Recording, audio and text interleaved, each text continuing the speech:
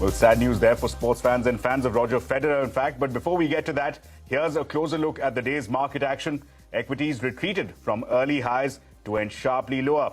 Sensex and Nifty lost over 0.5% each as a lack of fresh triggers meant subdued global cues continued to weigh on sentiment. The mid-cap index, however, showed some resilience, ending in the green. Meanwhile, in the currency market, the rupee weakened against the dollar as the greenback rallied against its global rivals. Currency markets have been largely worried that the latest economic data from the US is an indication that the American Central Bank could remain aggressive with its rate hikes as it tries to quell stubbornly high inflation. The rupee closed 26 paise weaker at 79 rupees and 69 paise to a dollar.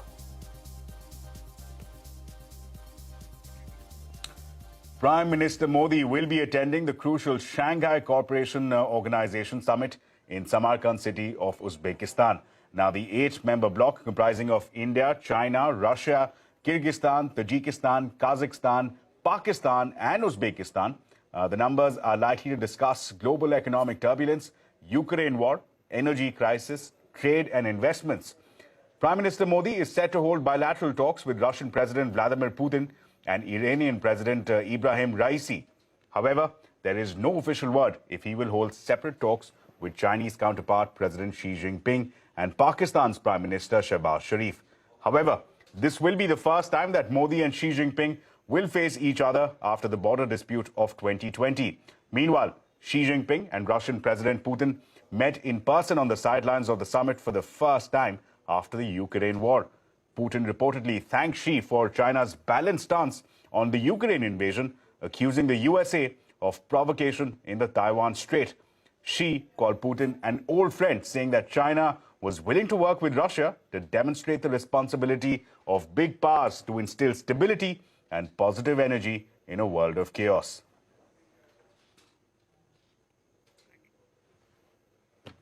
Let's move ahead now. Ethereum's biggest software update, which cuts the crypto energy's consumption by 99%, is now complete. The mega overhaul, known as the merge, will ensure that Ethereum takes a lot less energy to verify transactions, which has been a niggling worry for the crypto industry.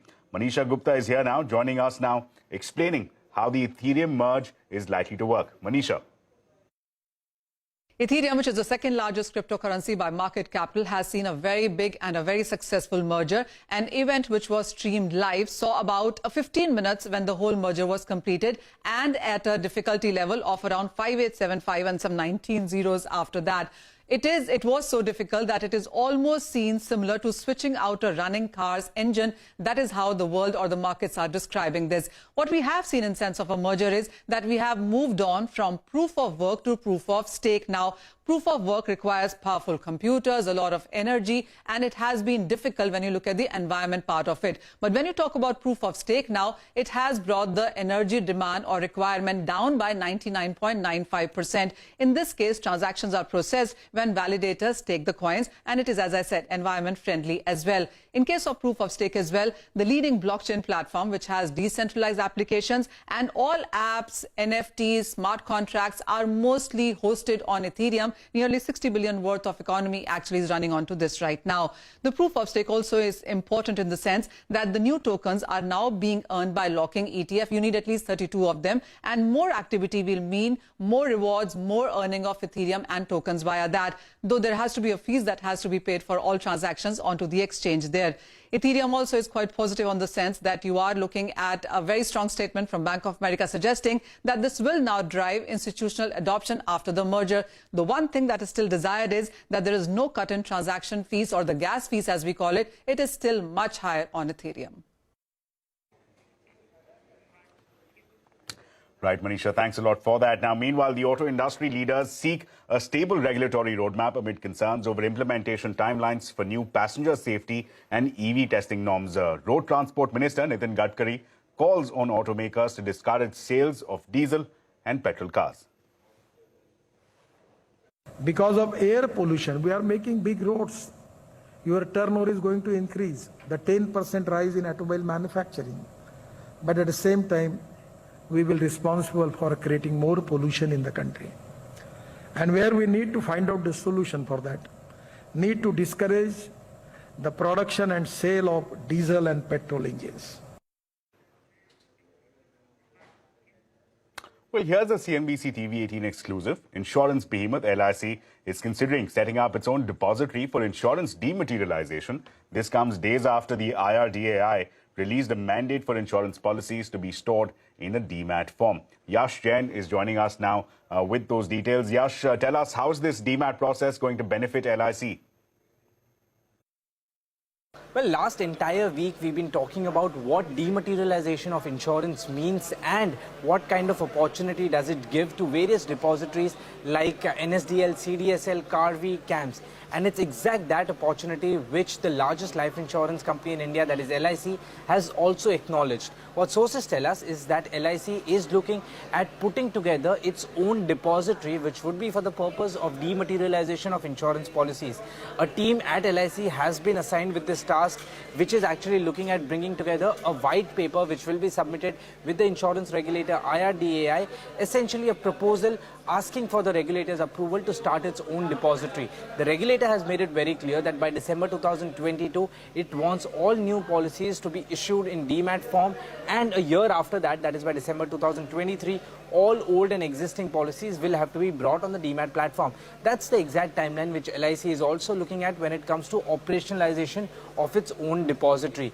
As far as the opportunity for LIC is concerned, our calculations suggest that if LIC goes outside to an external depository to dematerialize the kind of policies which it has, it would be spending around 1200 to 1400 crore for the purpose of dematerialization. Now imagine the same situation with its own depository. That entire money will come to its own depository. Also, because it's a captive depository as a subsidiary, the cost of dematerialization could also be reduced. Third thing, LIC will be able to keep its policyholders' data within itself with its own depository. And fourth thing, that a lot of other insurance companies also, maybe PSU insurance companies, could look at dematerializing their insurance policies through LIC's depository. So that could act as another source of revenue for the Life Insurance Corporation of India.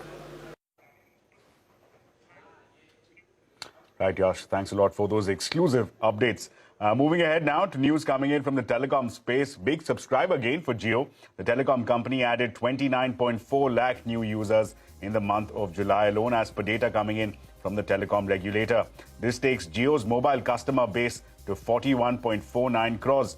Airtel, meanwhile, added over 5 lakh subscribers. Vodafone Idea lost over 15 lakh subscribers. The Bar Council of India has passed a resolution to increase the retirement age of High Court and Supreme Court judges. The resolution seeks to increase the retirement age of High Court judges from 62 to 65 and the retirement age of Supreme Court judges from 65 to 67. The government will unveil its national logistics policy this weekend. Sources tell CNBC-TV18 that the policy will aim at reducing logistics costs to global benchmark levels of 8 to 9%. 30 digital systems working in logistics arena across 7 ministries will be integrated.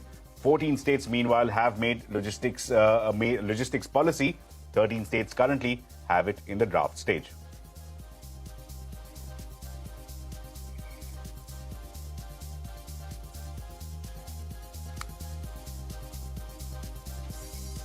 The 48th meeting of the GST Council is not likely to take place in September.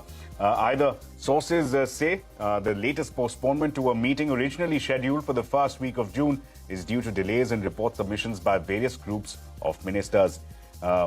We have an indication that the GOM on the online gaming and casinos has requested an extension, while the group of ministers on GST appellate tribunals is yet to submit its report.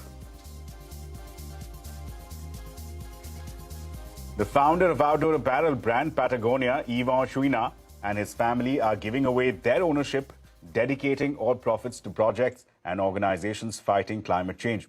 A statement said that the company's stock will now be owned by a climate-focused trust called the Patagonia Purpose Trust and group of non-profit organizations called Hold Fast Collective.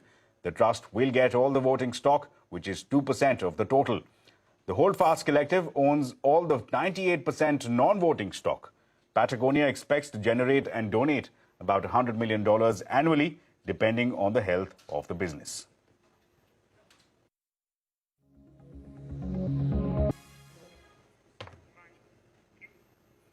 Well, with that, it's time now to slip into a very short break. But coming up on the other side, social media influencers will now soon have to live by a new set of rules that mandate stricter disclosures. How will it impact the nascent industry? A special report when we come back.